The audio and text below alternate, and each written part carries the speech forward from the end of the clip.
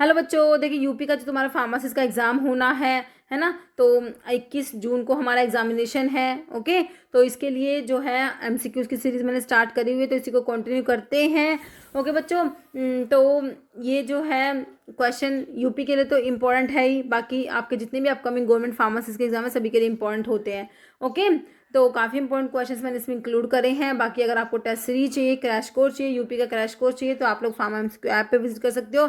Link video को description box में दिया गया है। अभी देखियो, हम लोग जो है बिना देरी स्टार्ट कर लेते हैं हमारा वीडियो। फॉलोइंग फर्स्ट क्वेश्चन हमारा क्या है, which of the following category is correct according to biopharmaceutics classification system. बच्चों बीसीएस क्लासिफिकेशन की बात हो रही है, तो उसमें आप ना चार क्लास पढ़ते हो, क्लास 1, क्लास 2, क्लास 3, क्लास 4। देखिए क्लास 1 जो होती है उनकी हाई सोल्युबिलिटी होती है, हाई परमेबिलिटी होती है।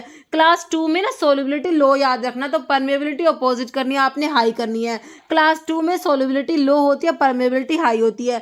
क्लास 3 में इसका अपोजिट करना है आपने। क्लास 3 में क्या होता है बच्चों, सोल्युबिलिटी हाई होती है, परमेबिलिटी लो होती है। और क्लास 4 में दोनों लो होती है, solubility as well as permeability दोनों लो होती है। ठीक है, तो ये बात तो बेसिक से याद रखना। तो अभी ये जो हमने पढ़ा इसके अकॉर्डिंग हमारा देखो ये वाला ऑप्शन गलत हो गया, क्योंकि क्लास 4 में आपको गलत लिखा हुआ है, क्लास 3 में गलत लिखा हुआ है। तो अभी आपके पास दो ऑप्शन आ गए। अब देखो क्लास 1 में सोल्युबिलिटी हाई है, परमेबिलिटी हाई है, कह रहा जनरल, इसमें लिखा हुआ है जनरली मॉडरेटली अब्जॉर्ब्ड कंपाउंड। देखो ये मॉडरेटली अब्जॉर्ब्ड कंपाउंड नहीं होते, इनकी सोल्युबिलिटी हाई है, परमेबिलिटी हाई है, तो इनका वेल अब्जॉर्प्शन होता है, अच्छा खासा अब्जॉर्प्शन होता है इनका। तो ये बात इन्होंने गलत लिख दी है ना।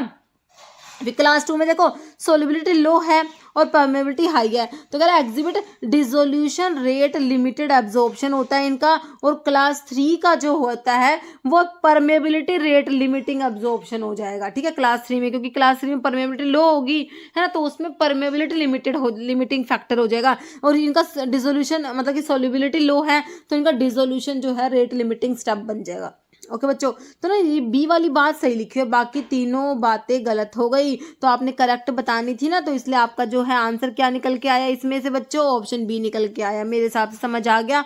चलो बच्चों नेक्स्ट देखो। ठीक है, तो एक बार पढ़ लो, bio pharmaceutical classification is system to differentiate drug on the base of their. तो ये भी क्वेश्चन बन गया कि इसमें ड्रग को किसके बेस पे मतलब कि आपने ये क्लासीफाई किया है बीसीएस सिस्टम में, बायो फार्मास्यूटिक क्लासिफिकेशन सिस्टम में, तो सोल्युबिलिटी और परमेबिलिटी के बेसिस पर। ओके, तो क्लास 1 में सोल्युबिलिटी हाई, परमेबिलिटी हाई, तो ये जो कंपाउंड्स होते हैं वेल अब्जॉर्ब्ड, इनका अब्जॉर्प्शन काफ़ी अच्छा होता है और absorption rate usually greater higher than excretion. तो इसके एग्जांपल्स भी एग्जाम में पूछ लिए हमसे। ठीक है, तो मीटोप्रोलोल आता है, पैरासीटामोल आता है, बस्पिरोन आता है, किटोरोलैक आता है, क्लोरफेनिरामिन आता है।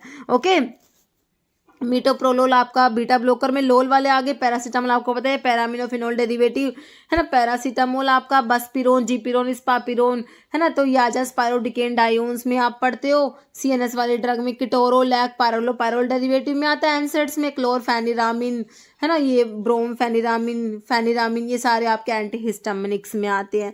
ठीक है, तो ये सारी ड्रग जो है क्लास 1 की है, इनका परमेबिलिटी भी हाई है और इनका सोल्युबिलिटी भी हाई है।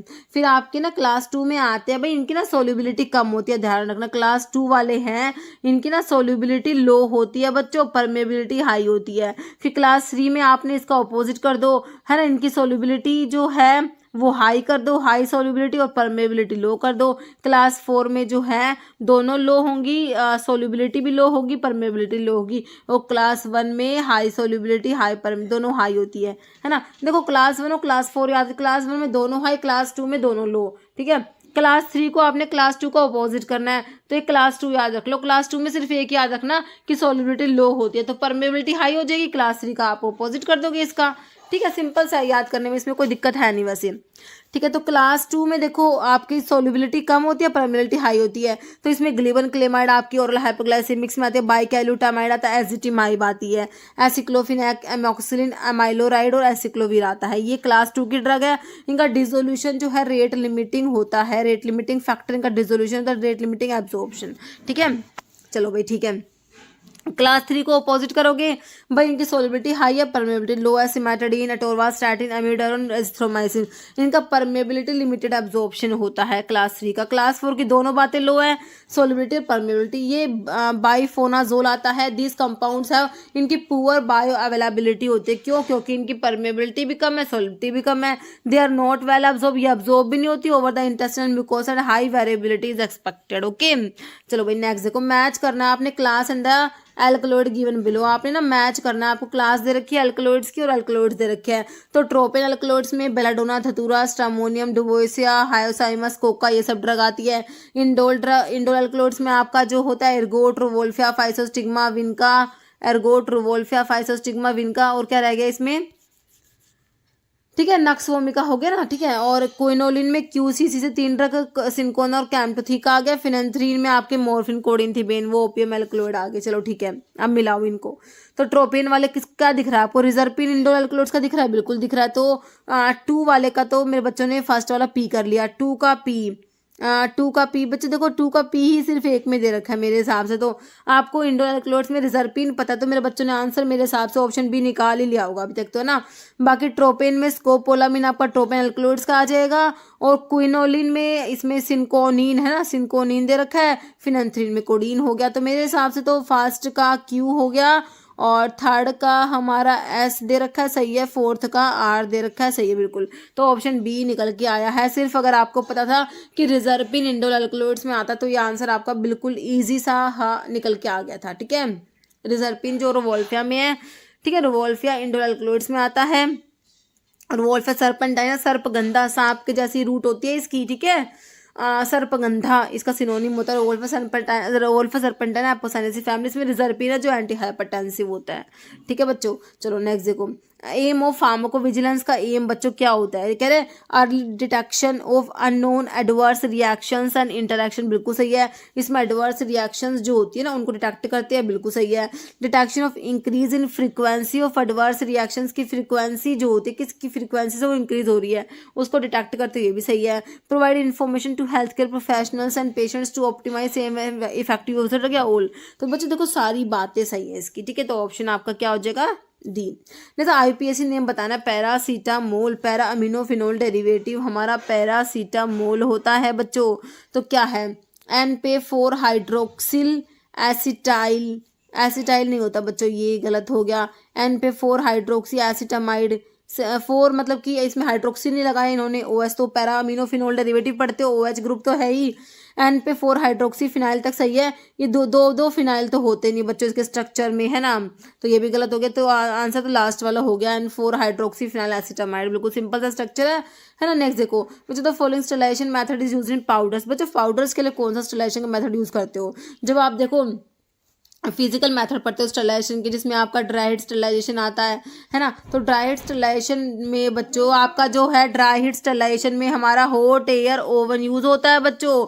तो देखो पाउडर्स के लिए हमारा जो है, ऑयल्स के लिए हैं, मेटल वेयर्स के लिए, मेटालिक वेयर्स के लिए, ग्लास वगैरह, इन सब के लिए हमारा ड्राई हीट स्टरलाइजेशन यूज किया जाता है बच्चों। तो पाउडर्स की बात यहाँ पर हो रही है, तो पाउडर्स के लिए आप ऑप्शन डी टिक करोगे, ड्राई हीट स्टरलाइजेशन। ओके ना। तो स्टीयरिक एसिड कंटेन, तो स्टीयरिक एसिड जो होता है बच्चों इसमें कितने कार्बन होते हैं? देखो अरेकिडोनिक एसिड जो होता है इसमें 20 कार्बन होते हैं। किसमें? अरेकिडोनिक में, लम्सा, ऐसे याद रखो लम्सा। तो लोरिक एसिड में 12 होते हैं, मिरिस्टिक में 14 होते हैं, पामिटिक में आपके 16 होते हैं, स्टीयरिक में 18 होते हैं, अरेकिडोनिक में 20 होते हैं बच्चों।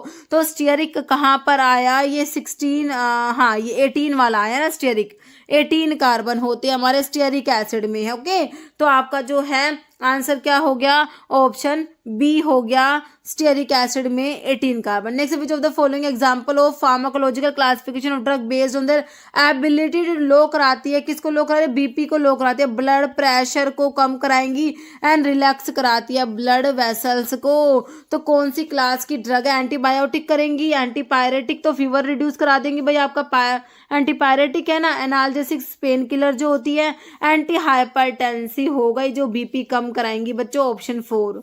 Next, in clinical pharmacy HMR best referred, तो HMR का फुल फॉर्म होता है, H से होता है होम मेडिकेशन रिव्यू होता है बच्चों, क्या होता है, home medication review, option B.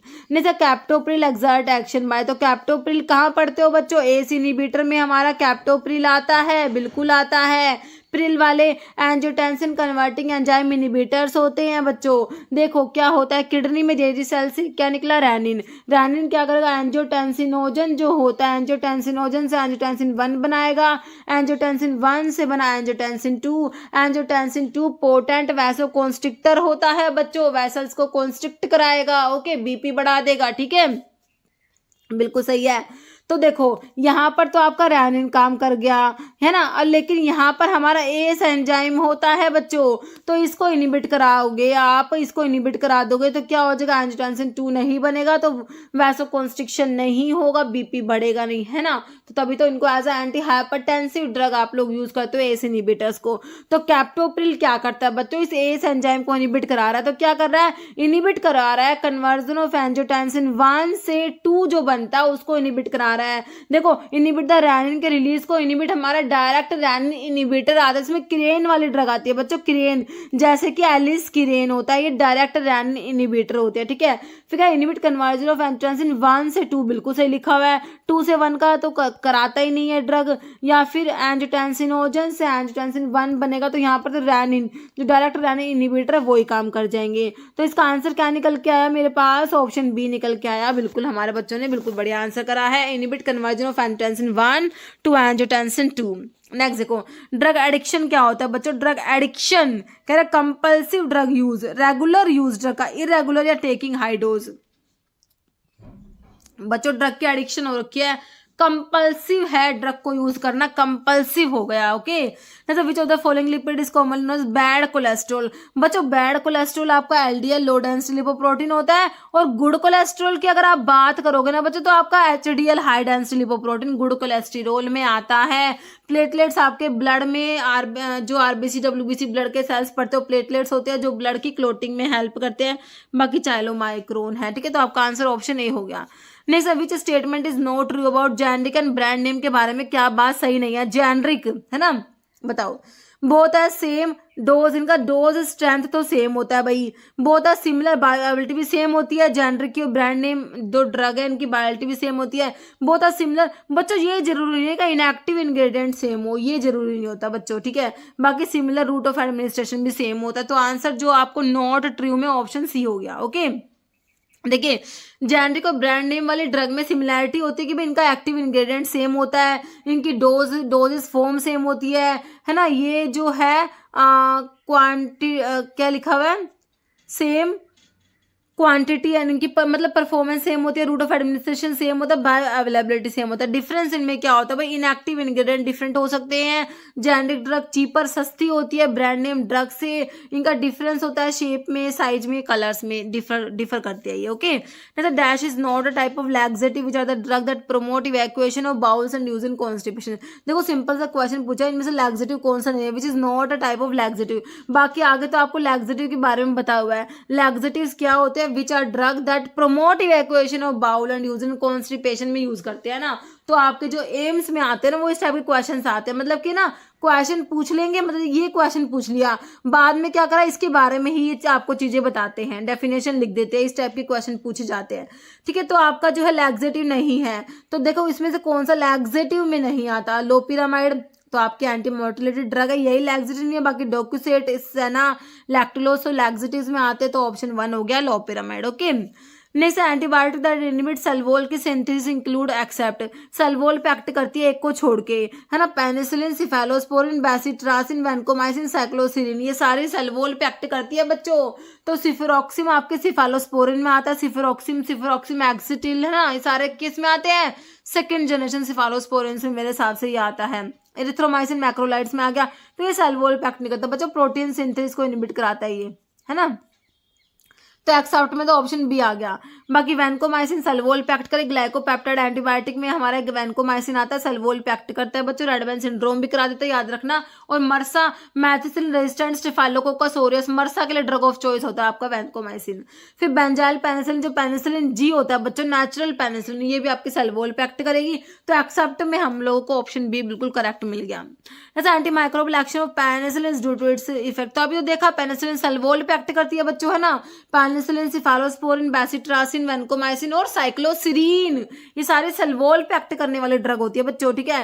Protein synthesis को इनहिबिट कराएगी, जैसे कि आपके मैक्रोलाइड्स हो गए, टेट्रासाइक्लिन हो गया, क्लोरमफेनिकोल हो गया, और आपका जो एमिनोग्लाइकोसाइड्स हो गई, ये सारे ड्रग्स प्रोटीन सिंथेसिस को इनिबिट कराती है। बाकी डीएनए की सिंथेसिस को इनिबिट कराएंगी कुछ ड्रग सेल मेम्ब्रेन पे एक्ट करती है। तो इसका आंसर ऑप्शन ए हो गया।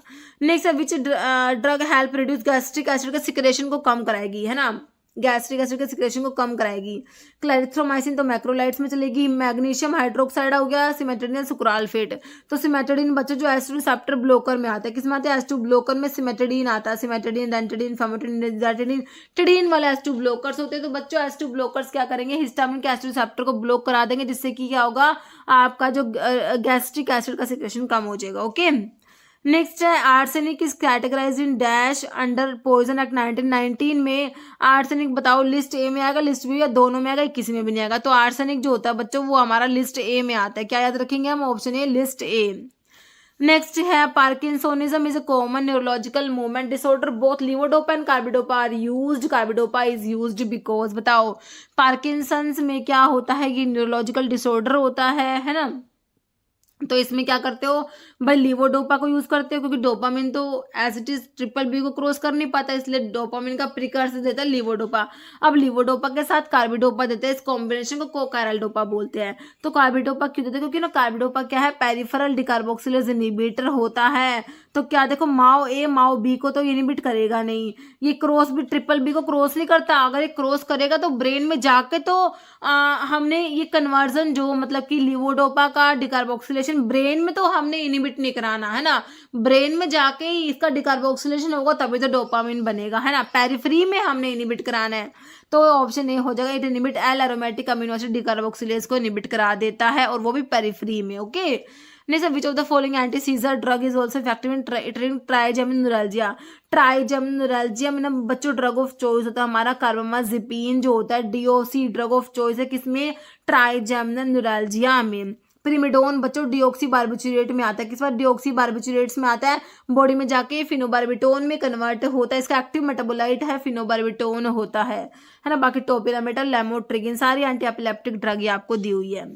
एक complete blood count measure the level of which blood component. देखो कंप्लीट ब्लड काउंट किसको मेजर करेगा, हीमोग्लोबिन, आपकी आरबीसी, डब्ल्यूबीसी, प्लेटलेट्स, इन सबको मेजर करेगा complete blood count.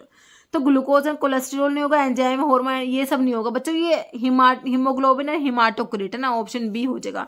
Complete blood count देखो मेजर करेगा अमाउंट ऑफ प्लेटलेट्स, है ना, प्लेटलेट का काउंट, आरबीसी का, डब्ल्यूबीसी का count along with haemoglobin and हिमाटोक्रिट value. Okay, next है विच इज फ्लैट स्ट्रक्चर में से कौन सा जो है फ्लैट सेल्स जिसकी होती है, squamous tissue, cuboidal, transitional, columnar. Columnar में कॉलम के जैसे इस टाइप के कोलुमिनार सेल होंगे, क्यूबॉइडल में क्यूब लाइक होंगे, ट्रांजिशनल है स्क्वैमस। तो आपका स्क्वैमस जो होता है उसमें फ्लैट सेल्स होती है। Okay, next drug price control order came in effect on. तो डीपीसीओ की बात हो रही है बच्चों, ड्रग प्राइस कंट्रोल ऑर्डर जो है ये कब इफेक्ट में आया। देखो आपका डीपीसीओ 1995 का था, है ना, वो आपका जो है अभी लेटेस्ट 2013 वाला है, उसके बाद भी अमेंडमेंट हो गया होगा, तो अभी तो 2013 वाला ही पढ़ते हैं।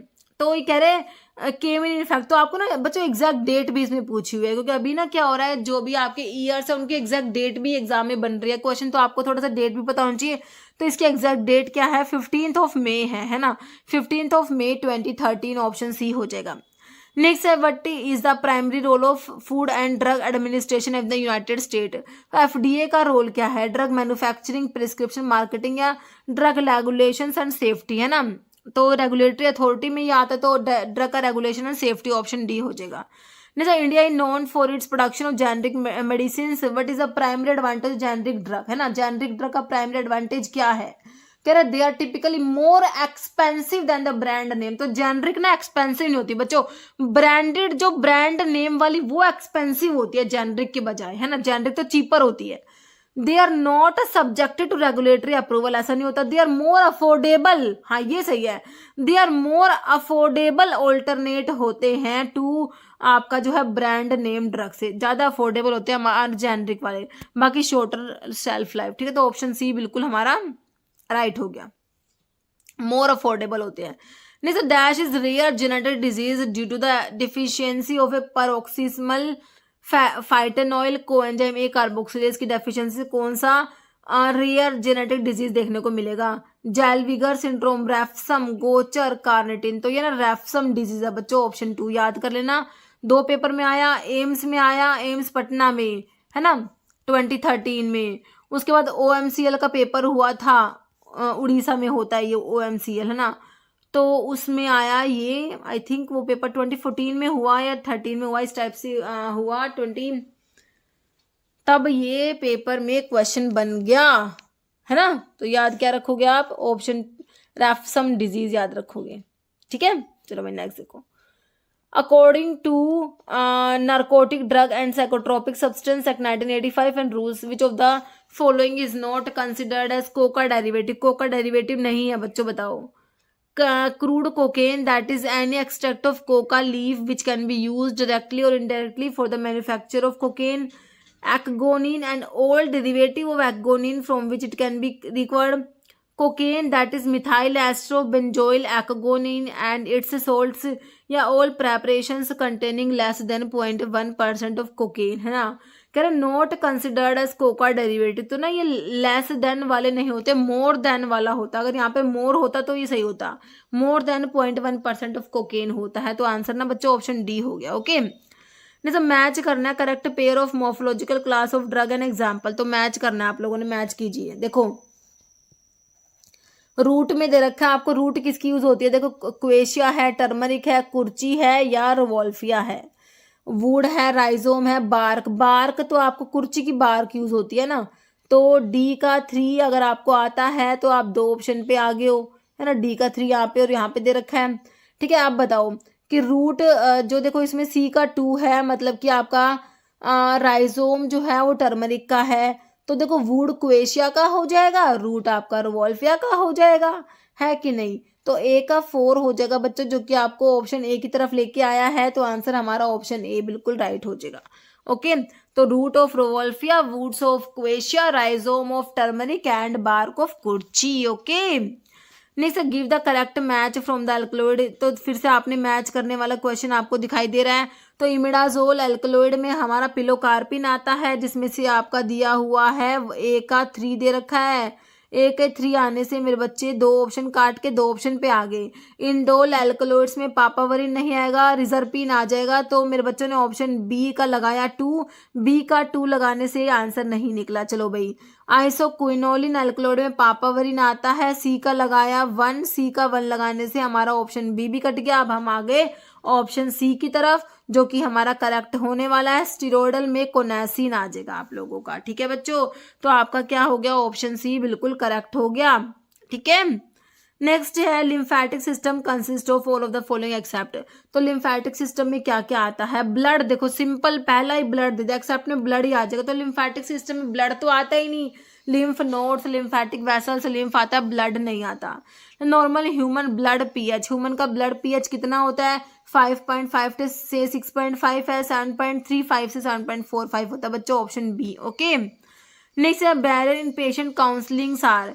तो पेशेंट काउंसलिंग में बैरियर कौन कौन से होते हैं? फार्मासिस्ट रिलेटेड बैरियर्स होते हैं, पेशेंट रिलेटेड बैरियर्स होते हैं, ऑर्गेनाइजेशन रिलेटेड बैरियर्स और सारे ही बैरियर्स है बच्चों, ये ऑप्शन डी हो जाएगा ऑल।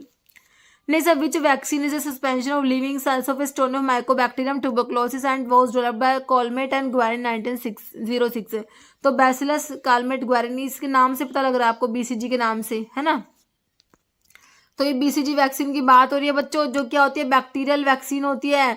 बैसिलस कालमेट ग्वारिन बैक्टीरियल में लाइव वैक्सीन में आती है। ये प्लेग, पर्टूसिस, कोलेरा, ये भी बैक्टीरियल है बट किल्ड में आती है ना।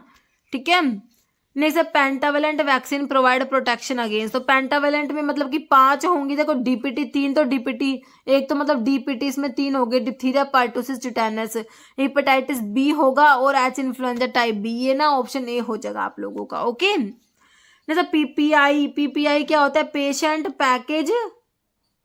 पैकेज इंसर्ट होता है ना, पेशेंट पैकेज इंसर्ट होता है, ऑप्शन जो है क्या हो गया, ये ए हो गया। ओके, नेक्स्ट क्या है, smallpox vaccine. Small pox vaccine bacterial नहीं होती बच्चों, टॉक्सोइड एंटीसीरम नहीं होती, वायरल वैक्सीन में हमारा आता है smallpox vaccine. Next non proprietary name of the drug.